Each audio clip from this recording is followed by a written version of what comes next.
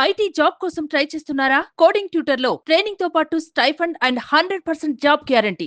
ప్రత్యేక ప్రార్థనల కోసం 53 మంది ప్రయాణికులతో ఓ బస్సు ఇరాన్ బయలుదేరింది. రాత్రంతా ఆ బస్సు ప్రయాణిస్తూనే ఉంది.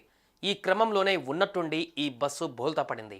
ఈ ప్రమాదంలో ఒకరు కాదు, ఇద్దరు కాదు, ఏకంగా 30 మంది ఘటనా స్థలంలోనే ప్రాణాలు కోల్పోయారు.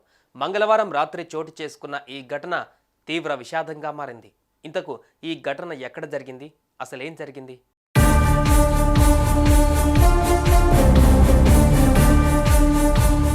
ప్రస్తుతం ఇరాన్లో మొహమ్మద్ ప్రవక్త మనవడు ఇమాం హుస్సేన్ బిన్ అలీకి సంతాప దినాలు జరుగుతున్నట్లుగా సమాచారం. అయితే ఈ తీర్థయాత్రలో పాల్గొనేందుకు ఎంతో మంది వెళ్తూ ఉన్నారు.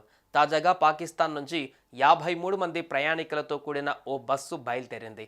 మంగళవారం వీరి బస్సు ఇరాన్లోని యాజ్ ప్రావిన్సెస్ గుండా ప్రయాణిస్తుండగా బ్రేకింగ్ సిస్టంలో సాంకేతిక లోపం కారణంగా బోల్తా పడింది. ఈ ప్రమాదంలో ప్రయాణికులంతా చెల్లాచెదురుగా పడిపోయారు. వెంటనే అప్రమత్తమైన ఇరాన్ ట్రాఫిక్ పోలీసులు హుటాహుటిన ఘటనా స్థలానికి చేరుకున్నారు. దీంతో గాయపడ్డ వారిని దగ్గరలోని ఆసుపత్రికి తరలించారు.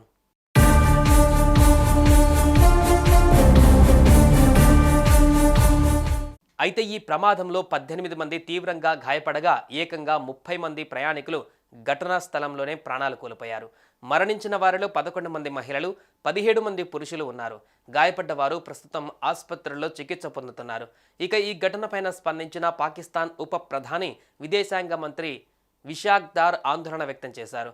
మృతుల కుటుంబాలకు నా సానుభూతి అంటూ ఎక్స్ వేదికగా తెలియజేశారు.